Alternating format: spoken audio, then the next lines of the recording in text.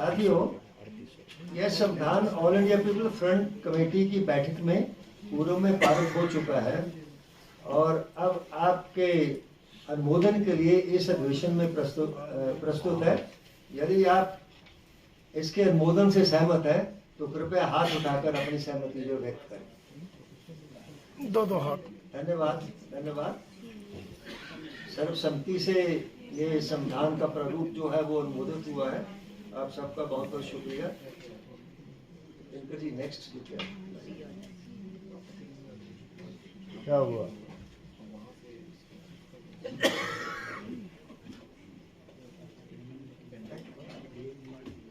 अच्छा ठीक है ठीक है ठीक है ठीक है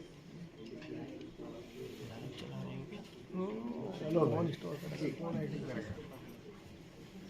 साथियों, अब मैं श्री अखिलेंद्र सिंह जी जो के ऑल इंडिया पीपल फ्रंट के राष्ट्रीय संयोजक हैं, उनसे अनुरोध करूंगा कि इस संविधान के संबंध में वे अपने विचार प्रस्तुत करें। श्री साथियों, मैं इस समय कोई पदाधिकारी आईपीएफ का नहीं हूँ। दारापुरी जी संयोजक पुराने आधार पर कह रहे हैं, जब हमको एसपी शुक्ला वगैरह जी ने बनाया था। मेरी पहचान आईपीएफ में इतनी है कि मैं इसका संस्थापक सदस्य रहा हूं और इसकी जो नेशनल एग्जीक्यूटिव है उसका मैं पार्ट हूं।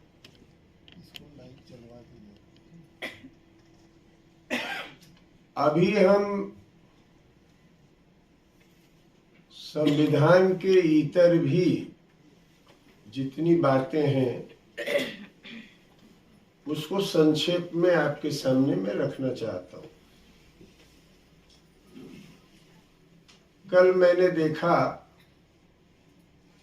हमारे पहले सत्र में जिसकी सदारत सुमूर्ति जी और अन्य साथियों ने किया, उसमें बहुत महत्वपूर्ण सुझाव साथियों के रहे।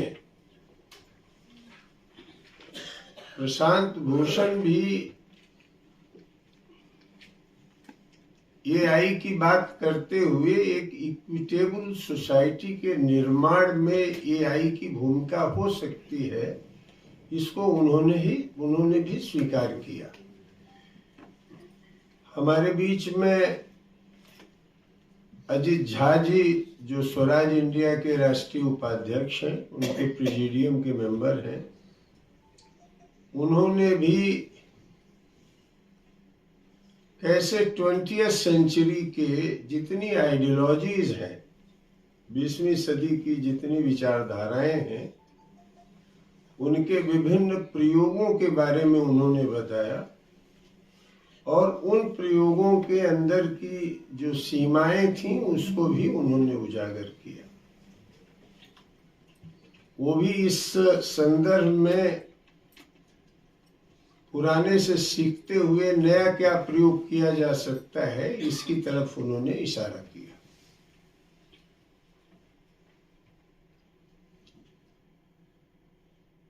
दूसरे सत्र में जो चर्चा हुई, मैं साफ उस पर रख देना चाहता हूं। मुझे एक आध बार उसमें हस्तक्षेप करना पड़ा, जरूरी मेरे लिए नहीं था। मैंने सोचा था कि मैं एक बार ही जब हमें मौका मिलेगा तो हम बात करेंगे।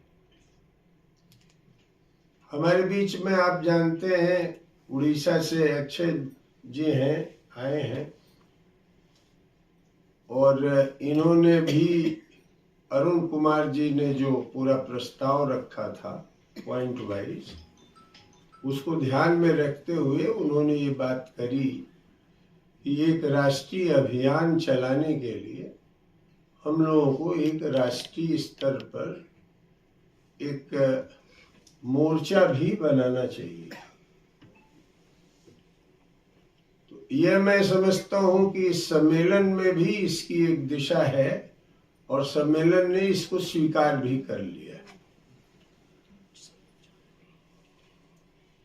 तो उसमें मैं जो परिचय वाली बात थी, राजनीतिक परिस्थिति के बारे में जो हमने सोचा, जो हमने अपने साथियों को अपने स्तर का जो मेरा सहयोग था उसको हमने दिया,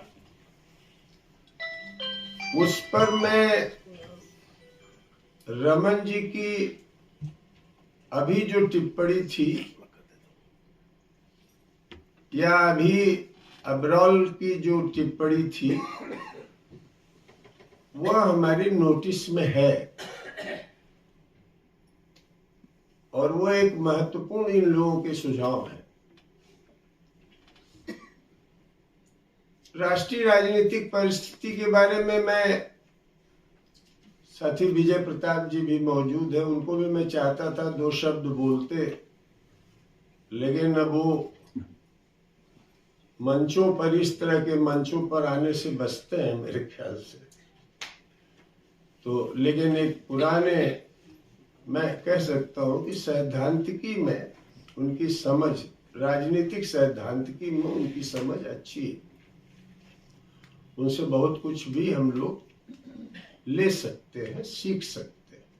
आप लोगों ने जो कहा उसके अलावा कुछ नया होता तो मैं जरूर बोलता। तो इनका कहना है कि जो आपने कहा मेरे मन की बात उसमें हो गई है, इसलिए मैं नहीं बोला। सुमूर्ति जी हमारे बीच में, जयप्रकाश जी ने जो संघर्ष वाणी बनाई थी उसके पहले नेशनल कन्वीनर थे, उनका सुझाव और सहयोग मिलता रहा। अब मैं अबरौल का भी और आप सब लोगों को ध्यान आकर्षित करना चाहता हूं कि हमारी जो एक वाम उदार परंपरा है और ये परंपरा 20वीं सदी की विचारधारा के सभी रूपों में मौजूद रहा है, चाहे वामपंथ में देखिए या आप गांधी आंदोलन में देखिए, समाजवादी आंदोलन में देखिए, और यहां तक कि पेरियार, फूले, डॉक्टर अंबेडकर की भी परंपरा में देखिए। जो आज का यथार्थ है उससे रूबरू होना और उसको स्वीकार करना, ये साहस मुझे नहीं दिखता है, उसे नजरअंदाज किया जाता है। मैं जानता था, इसलिए पहले ही पैरा में जब हमने लिखा कि हिंदुत्व की जो ताकतें हैं वो वाम उदार राजनीतिक ताकतों से आगे हो गई, यह तथ्य हमें स्वीकारना हो। और हमने ये कहा कि अगर वो हमसे आगे हो गई हैं, इतना समृद्ध उपनिवेशवाद विरोधी हमारे पास राष्ट्रीय आंदोलन था, आज भी देश भर में ढेर सारे आंदोलन चल रहे हैं, बावजूद इसके हम पिछड़ते क्यों चले जा रहे हैं? इस पर हमको अपनी नीतियों का पुनर्मूल्यांकन करना होगा, अपनी राजनीतिक दिशा का पुनर्मूल्यांकन करना पड़ेगा। नई परिस्थिति का कोई नयापन हमारे साथियों में नहीं दिख रहा है, बने बनाए फार्मूले हैं, उसके तहत हम लोग उसमें ऐड करते जा रहे हैं।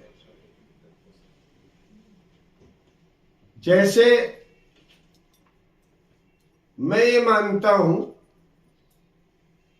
ये सामान्य स्थिति भारत की राजनीति में नहीं है, करीब उस पर मैं व्याख्या नहीं करने जा रहा हूं। सभी लोग जानते हैं कि संविधान के माध्यम से ही इस देश में अभी फिलहाल तानाशाही लाने का प्रमुख प्रयास संघ भाजपा की तरफ से है। वो सबसे बड़े चैंपियन बनते हैं संविधान के और इमरजेंसी बार बार कोट करते हैं। हमारे समाजवादी भी बहुत सारे साथी लोग उसके प्रभाव में आ जाते हैं और इमरजेंसी लगाना और आज देश में फांसीवाद ले आना दोनों को करीब करीब समतुल्य बना देते हैं। मैं ये कहना चाहता हूं कि हमारे देश में तानाशाही में हिंदुत्व के साथ साथ ग्लोबल फाइनेंस कैपिटल का जो प्रेरक ताकत है, कारपोरेट की जो भूमिका है और जो राज्य का पूंजी और एग्जीक्यूटिव अधिकार का केंद्रीकरण है, इसको आप अलग अलग देखने की जगह एक समुच्चय होल में देखिए, एक समुच्चय इकाई के बतौर देखिए। तो मैं देखता हूं हमारे बहुजन विचार के जो लोग हैं उनके सामने यह कभी, माफ कीजिएगा हमारे साथी एक बोल के गए हैं, पता नहीं है कि चले गए हैं, मित्र संगठन है, मैं इसे एक व्याख्यागत कह रहा हूं, बहुजन थियरी को काशीराम जी से जोड़ के उन्होंने प्रस्तुत किया। ये भूल गए कि 96 में ही 1996 में ही ये जो सर्जन थियरी आई ये काशीराम की ही पार्टी की तरफ से आई। बहुजन का प्रयोग ज्यादा दिन नहीं चला और उसमें अगर आरएसएस का उत्तर प्रदेश में विस्तार और विकास हुआ है तो उसकी वैधता प्रदान करने में बीएसपी की भी बड़ी भूमिका है। तो बहुजन के लोग हिस्सेदारी की बात करते हैं। बाबूराम पाल जी हमारे बीच में है, एक नया प्रयोग कर रहे हैं। हम उत्तर प्रदेश में जो रोजगार सामाजिक अधिकार अभियान चलाए हैं उसके कोर इंचार्ज है। मैं इस सवाल पर ये दो बात कहता हूं, हिस्सेदारी भी चाहिए लेकिन राज्य का चरित्र क्या होगा, इस पर आप चुप क्यों रहते हो? राज्य का चरित्र भी लोकतांत्रिक हो। राज्य का चरित्र अगर लोकतांत्रिक नहीं हुआ तो आप हिस्सेदारी लेके करेंगे क्या? कुछ परिवार आपके समृद्ध हो जाएंगे, कुछ घर मजबूत हो जाएंगे, कुछ आप भी जिसको नव ब्राह्मण बात कहते हैं वही आप भी वही ढर्रे पे जाएंगे जो कभी सवर्ण जातियां किया करते थे। तो मैं ये कहना चाहता हूं कि यह जो 20वीं सदी की हमारी विचारधारा है जिसके सब चीजों से हमें सीखना चाहिए, लेकिन यह चुनौती आपके सामने 20वीं सदी की विचारधाराएं रखती हैं कि वर्तमान दौर में जो आपके राजनीतिक कार्यभार है,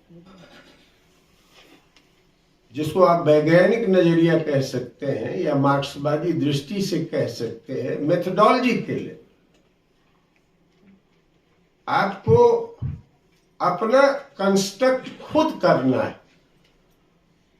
नई परिस्थिति का राजनीतिक विश्लेषण और राजनीतिक थियराइजेशन आपको खुद करना है। बने बनाए सूत्रों में, फार्मूलों में आप चीजों को नहीं चला सकते। तो एक राजनीतिक प्रश्न पर मैंने यह भी कहा, एक बहुत गलत धारणा है साथियों में, आंदोलन आंदोलन आंदोलन। मेरी जिंदगी भी लगभग 45-46 साल आंदोलनों में बीती है, जेल में बीता है, संघर्षों में बीता है। आंदोलन अपने में पर्याप्त नहीं है। हमने देखा, मैं भी नेशनल कोऑर्डिनेशन टीम में किसान संगठनों के साथ था। मैंने उनसे कहा कि आप राजनीतिक नजरिए पर गैर राजनीतिक शब्द जो प्रयोग कर रहे हैं, इसकी जरूरत क्या है? हमने देखा कि इतना बड़ा किसान आंदोलन जब पॉलिटिकल फील्ड में गया तो कहीं 400, कहीं 500, कहीं 700 सब उनके पॉलिटिकल लोगों को वोट मिला। यह कौन सी, ये इस पूरी लड़ाई से तो जैसे अन्ना हजारे के आंदोलन ने बहुत बड़ी एनर्जी जनरेट की थी, लेकिन अन्ना हजारे का जो पूरा प्रारूप था उसने जितना नुकसान पहुंचाया, जितना, इसी वजह से अन्ना हजारे आंदोलन हो गया कि लोग सोचते हैं कि आंदोलन तो खड़ा हुआ, कार्यकर्ता तैयार हुए। कार्यकर्ता किसके लिए तैयार हुए? आम आदमी पार्टी के लिए है। आम आदमी पार्टी क्या है? ये जो स्थापित पार्टियां हैं इनसे कोई भिन्न रुख उसने अख्तियार किया। कुछ मामलों में तो इसका जो चरित्र है ज्यादा संदिग्ध है, खास तौर पर विदेशी पूंजी लेने के संदर्भ।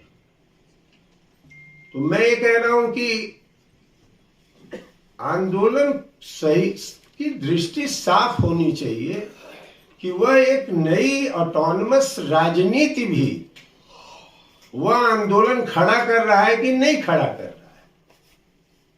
और राजनीति में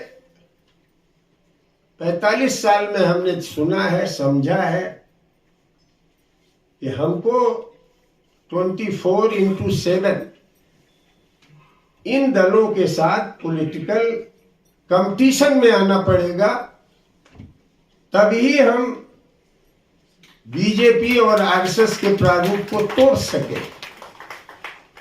आंदोलन माध्यम है एक लोकतांत्रिक राजनीति खड़ा करने की। आंदोलन अपने में सब कुछ नहीं है।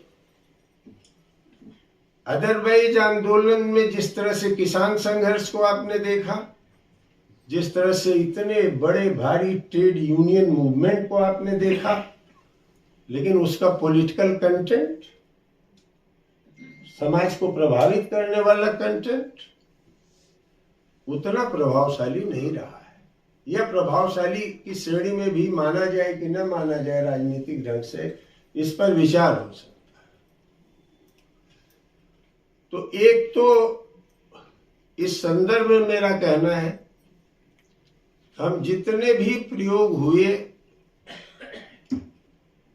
उन प्रयोगों से, जैसे रमन जी ने कहा कि एकेडमिक डिमर्स में मार्क्सवादी ही भारी पड़े थे, लेकिन 80 के बाद जो नई परिस्थितियां पैदा हुई, स्थापित मार्क्सवाद ने उसकी व्याख्या करने में असफल रहा है। ये बात सही। मार्क्सवाद भी हमारे देश में पार्टियों का पंथ हो गया। कुछ पार्टियों ने इसे पंथिक बना दिया।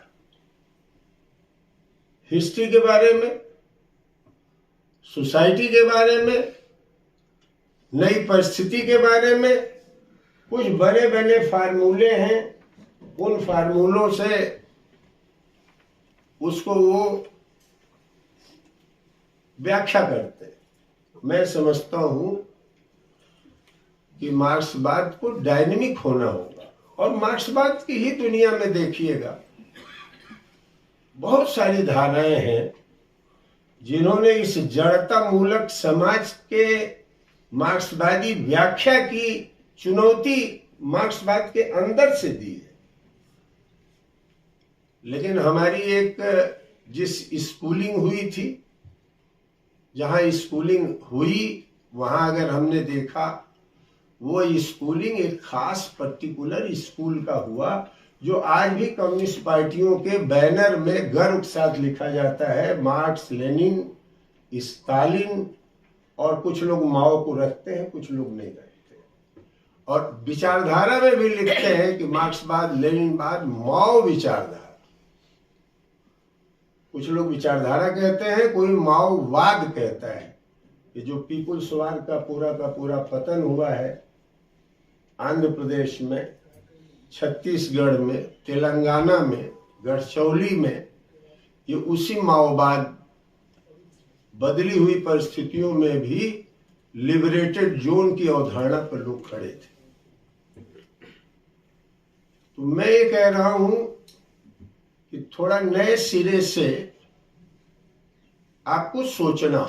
कुछ लोग हमसे कहते हैं, मैंने कहा कि मैं वाम और दक्षिण इस तरह के ध्रुवीकरण के पुराने शब्दावली का भी मैं पक्षधर नहीं। संतोष भारती इंडिया जो उनकी एक लाउड इंडिया इंटरव्यू में हमसे पूछे, तो मैंने कहा कि भाई डेमोक्रेटिक आइडियोलॉजी कहने में गांधी से लेके और जितने भी यहाँ धारा के लोग हैं, चाहे समाजवादी हो, चाहे कम्युनिस्ट हो, चाहे अम्बेडकराइट हो, उनको वामपंथी कहने की जगह कुछ लोग कम्युनिस्ट पार्टियों में बोले कि हम इन सब लोगों को वामपंथी मानते हैं। मैंने कहा आप अपने वामपंथ को क्यों चिपकाना चाहते हैं? वर्धन साहब से मेरी बात हो रही थी, दिवंगत हो गए। हमने कहा आप क्या यह पर्याप्त नहीं है कि हम उनको डेमोक्रेटिक कहें? डेमोक्रेसी का क्या मतलब है? केवल इलेक्टोरल पॉलिटिक्स में सरकार बना लेना, यही डेमोक्रेसी? डेमोक्रेटिक आप लेफ्ट राइट, ये कब तक बाइनरी आप चलाएंगे? ये बाइनरी आपको बंद करनी पड़ेगी। आपको एक ब्रॉड डेमोक्रेटिक कोलिशन में जाना होगा। अभी प्रकाश जी ने भी भेजा हमको, बात भी हुई, मेरी मित्र है, लेफ्ट डेमोक्रेटिक फोर्सेस का कैसे मजबूत किया जाए। मैंने कहा क्यों? लेफ्ट डेमोक्रेटिक फोर्सेस का ना जरूरी है क्या? पहचान ले आना जरूरी है क्या? आरएसएस और बीजेपी के खिलाफ एक ब्रॉड डेमोक्रेटिक फ्रंट बने, तो डेमोक्रेटिक फ्रंट बनाने में एतराज क्या है? अगर आप सही मायने में डेमोक्रेसी की बात करते हैं, इसी में मैं हमारे साथ में जो साथी बैठे हैं, मैंने कहा ये 20वीं सदी में एक अभियान चल गया पूंजीवाद बनाम समाजवाद का। लेनिन की एक खास परिस्थिति थी। लेनिन ने जिस इनकलाब को लीड किया उसको उन्होंने समाजवादी कहा, लेकिन क्या लेनिन ने समाजवादी अर्थव्यवस्था लागू की? लेनिन 2 कदम पीछे हटके उन्होंने जो व्यवस्था लागू की उसको बहुत लोग पूंजीवादी ही कहेंगे, न्यू इकोनॉमिक पॉलिसी। लेनिन ने कहा कि हम कर ही नहीं सकते इस चीज को। और वही आपने देखा माओ ने जो गलती की, सबको डेविएशन और ये वो कह के, तो माओ अपने समय में ही पराभव के शिकार हो गए। और नई पीढ़ी अगर उनकी आई, जिसको हम खारिज करते हैं, उस नई पीढ़ी ने चीन को बचा दिया। अगर पुराने ही दायरे में रहे होते तो चीन बचता नहीं। चाहे नाम मात्र का ही सोशलिस्ट स्टेट है, लेकिन आज चीन वहां रहता नहीं। तो मैं इसलिए कहना चाहता हूं, लोग कहते हैं आप गांधी की बड़ी तारीफ करते हैं। मैंने कहा गांधी आज भी प्रासंगिक है, तारीफ नहीं मैं करता। मैं गांधी की मूर्ति की पूजा नहीं करता, आश्रम पर जाके उनके नाम 2 कदम नहीं चलाता, लेकिन गांधी को मैं भारत का सबसे बड़ा पॉलिटिकल माइंड मानता हूं। गांधी को मालूम था कि सभी संघर्षों को जोड़ते हुए गांधी ने पश्चिम के विरुद्ध गरीब मुल्कों के साथ भारत का जो प्रयोग हुआ, उससे बहुत कुछ सीखा जा सकता है। और दूसरा जो मैत्री भाव था हमारे समाज का, हमारी जो संवेदना मैत्री भाव की थी, फ्रेटर्निटी की थी, जो हमारे वेद में की कुछ ऋचाओं में भी है, और जो बुद्ध से लेके लोकायत परंपरा में भी है, वह जनता के बीच में मैत्री भाव, बहुलता के साथ मैत्री भाव स्थापित करने का था। ये गांधी का यह जो प्रयोग था, इससे बहुत कुछ सीखा जा सकता है। इसका मतलब ये नहीं है कि हम डॉक्टर अंबेडकर की अवहेलना करते हैं। मैं भारतवर्ष में बहुत बड़ा थिंकर डॉक्टर अंबेडकर को मानता हूँ, उनके रेडिकलिज्म को मानता हूँ। उनकी लड़ाई गांधी जी के साथ थी, वो जेन्युइन थी। दोनों के अप्रोच भिन्न थे, लेकिन दोनों में यूनिटी भी थी। यूनिटी न होती तो कैबिनेट में आते ही क्यों डॉक्टर अंबेडकर? तो कोई संघर्ष केवल संघर्ष के लिए नहीं चलता है, एकता भी होती है।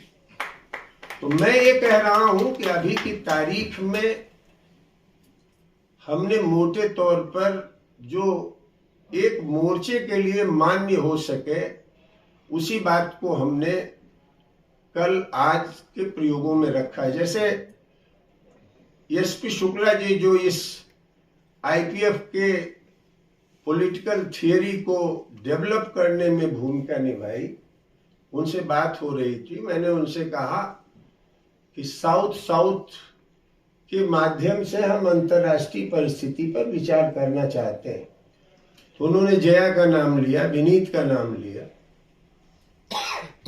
कहा कि वो अच्छा काम है उस पर, जया को इसके लिए अप्रोच करो। तो जया को मैंने कहा, ये भी फाउंडर मेंबर में ही थी।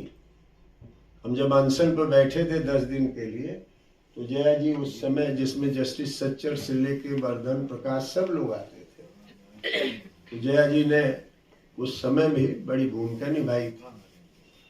तो वहां मैंने ये कहा कि भाई देखिए, आज जो ट्रंप है वो कल के अमेरिका का प्रतिनिधि नहीं है। कल का जो अमेरिका था वह सेकेंड वर्ल्ड वॉर के बाद जो विश्व व्यवस्था बनी, जिसको ब्रॉडली लोग लिबरल वर्ल्ड ऑर्डर के रूप में जानते हैं, उदार व्यवस्था में, जिसमें संस्थाएं बनी, आईएमएफ बना, वर्ल्ड बैंक बना, यूएनओ बना, ढेर सारी एजेंसीज बनी, वो पर्दा ले करके हुकूमत अमेरिका करता। और इसी पर्दे में अमेरिका ने पूरी दुनिया में सेकेंड वर्ल्ड वॉर के बाद अपनी हेजिमोनी कायम कर ली। आज जब चीन का राइज हो रहा है, तो यह वह बड़ा चुनौती महसूस कर रहा है कि चीन हमारी हेजिमोनी को टक्कर देगा। इसलिए अभी तक जिसने जितने नियम बनाए गए थे उनको उसने नकार दिया। नकारने में यहां तक चला गया कि हम कोई संप्रभु राष्ट्र मानते ही नहीं, जबकि ये प्रिंसिपल था, छोटा हो बड़ा हो, राष्ट्र की सॉवरेनिटी, उसकी सॉलिडरिटी, उसकी इंटीग्रिटी स्वीकार होना चाहिए। तो हम देखते हैं, हमारे कुछ लोग कहते हैं विदूषक है, विदूषक है। अरे भाई, वो विदूषक नहीं है, वो उसी इंपेरियलिज्म को बचाने के लिए एक नया चेहरा है जो नॉन कन्वेंशनल ढंग से फिर अमेरिकन हेजिमोनी को रीस्टेब्लिश करना चाहता है। उसका मकसद अमेरिका को डीस्टेबलाइज करना नहीं है। उसने ये देख लिया कि अमेरिका पुराने ढंग से वर्ल्ड में अपनी हेजिमोनी नहीं रख सकता है, इसलिए उसने बदल दिया उस समय। नॉन कन्वेंशनल, गैर पारंपरिक ढंग से वह पुनर्अपनी स्थापना कर रहा है। और उसमें ये कल विनीत ने रखा ही था, किस तरह से फिलीपाइंस, यहाँ आपके फलस्तीनियंस के साथ गाजा में, वेस्ट बैंक में किस तरह से चीजें हो रही, ये दुनिया के सामने। तो एक भारत के ही साथ देखिए, विश्व गुरु बनने का जो भी सपना इन्होंने दिखाया था, इतना बुरा प्रधानमंत्री इस देश में, इतना बैंकरप्ट प्रधानमंत्री इस देश ने आज तक नहीं देखा था, जितना बड़ा बैंकरप्ट हिंदुस्तान का प्रधानमंत्री। लेकिन हमको सोचना होगा कि इस सब बैंकरप्सी के बाद भी जनता के पीछे, जनता उसके पीछे गोलबंद क्यों है? तो यहां मैं देखता हूं कि हमारे अंदर में जो विपक्ष है उसके अंदर कमजोरी है।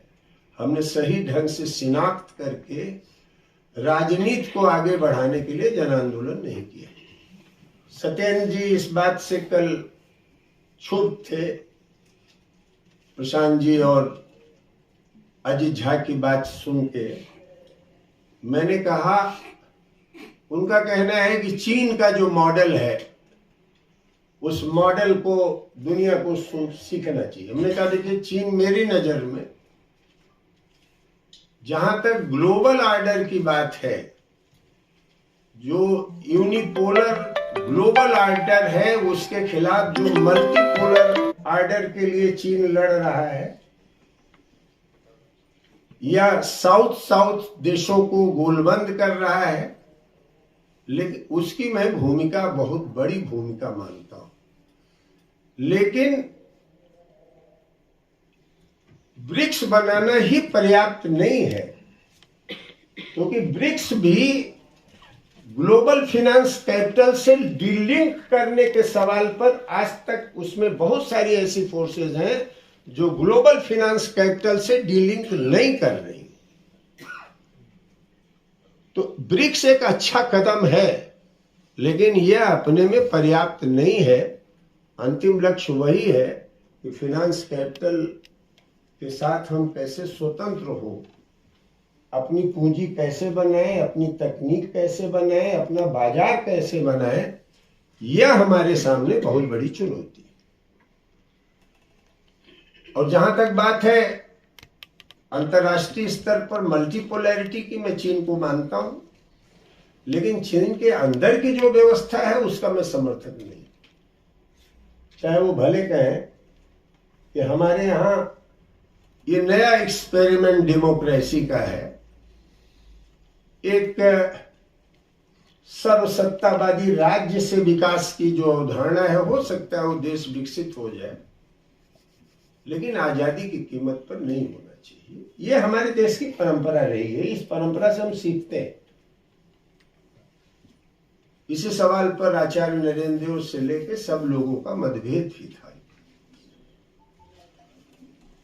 तो इसलिए मैं इस बिंदु पर पहुंचा हूं, ये जितनी धाराएं हैं, चाहे वो बहुजन के नाम पर हो, चाहे मार्क्सवाद के नाम पर हो, चाहे गांधी के नाम पर हो, या अंबेडकर के नाम पर हो, इनको जरूर पुनर्मूल्यांकन अपने थियराइजेशन का करना होगा, और जो आज प्रासंगिक नहीं रह गया है उसे छोड़ देना होगा। मैं समझता हूं कि आपका समय मैंने ज्यादा ले लिया, खाने का भी समय है, अभी टाइम है। तो ये मोटी मोटी बातें मुझे समझ में आई हैं, और मुझे देखिए इसकी एक बड़ी खुशी है कि जो काम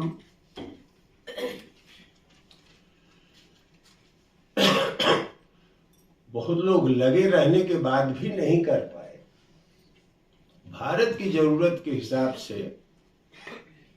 एक लोकतांत्रिक मोर्चे का गठन करना, और उस लोकतंत्र के लिए अभी ये मानना समाजवाद की वकालत करना अभी काम नहीं है। अभी हमारे देश में बहुत सारी उत्पादन की शक्तियां हैं, उनके विकास का मौका ही हमने नहीं दिया। यहां तक कि हम अपने खेती से उत्पन्न जो पैदावार है उसके हिसाब से कल कारखाने प्रोसेसिंग नहीं शुरू की। हमारी पूरी एमएसएमई खत्म हो गई। हमारे पूरे के पूरे 6 लाख करोड़ जो आपकी छोटा उद्योग कह लीजिए, 4-5 आदमी जहां काम कर रहे हैं, वो बर्बाद हो गए। इनको कैसे आगे बढ़ाया जाए, ये हमारी प्रायोरिटी होनी चाहिए, न कि ये प्रायोरिटी होनी चाहिए कि हम समाजवाद लाएंगे। किस तरह का समाजवाद आप लाएंगे? अरे कुछ बात तो नई पीढ़ी के लिए छोड़ दीजिए। हम ज्योतिषाचार्य नहीं है कि बता देंगे कि कल कैसे चलेगा। अभी हमको इस देश में लोकतांत्रिक व्यवस्था, जो अभी इलेक्टोरल लोकतंत्र है, चुनावी लोकतंत्र है, इसको जन लोकतंत्र बनाने की व्यवस्था हमें करनी चाहिए और इस जन लोकतंत्र के लिए हमें काम करना चाहिए। तो मैं आप लोगों को धन्यवाद देता हूं, अपने मित्रों को भी धन्यवाद देता हूं, जो पुराने साथी हैं उनको भी धन्यवाद देता हूं। अब हम यह कह सकते हैं कि हम भारतवर्ष में एक लोकतांत्रिक राजनीतिक मंच बनाने में एक कदम आगे बढ़ाए हैं। इस पर मुझे जनता को हम बधाई देते हैं और इन टेढ़े मेढ़े रास्तों से पहुंचते हुए आप यह जो सम्मेलन संपादित कर रहे हैं, इस उम्मीद के साथ कि आने वाले दिनों में एक राजनीतिक कॉन्स्टिट्यूएंसी क्रिएट करने के लिए आप हर बड़े आंदोलनों को विकसित करेंगे और चलाएंगे। यह कहते हुए